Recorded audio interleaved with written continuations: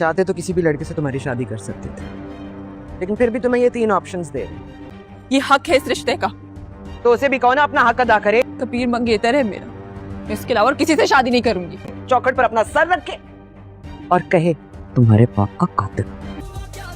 आज यकीन हो गया मुझे कि आप मुझसे मोहब्बत नहीं करती है। अगर ये कर सकता है तो ठीक है, वरना अगले हफ्ते हम तुम्हारी शादी करें। इस घर पे रहने का फायदा ही नहीं है। अब तो जा रहा हूँ आपको छोड़ के।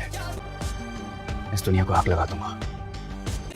अगर तुम्हारे घर वालों ने जबरदस्ती तुम्हारी शादी किसी और से कराने की कोशिश की ना, तुम सिर्फ मेरी हो। रिश्ता लाओ ना प्लीज। तो फिर आजकल से क्या फर्क पड़ता है? हम बारात लेकर आ जाएंगे।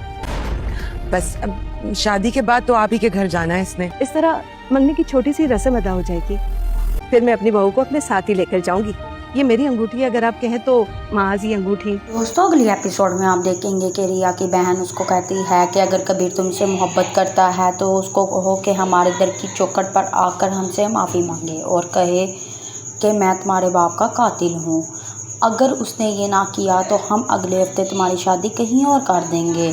कबीर को जब ये बात पता चलती है तो कबीर कहता है कि रिया, अगर ये ऐसा हुआ तो मैं सारी दुनिया को आग लगा दूंगा।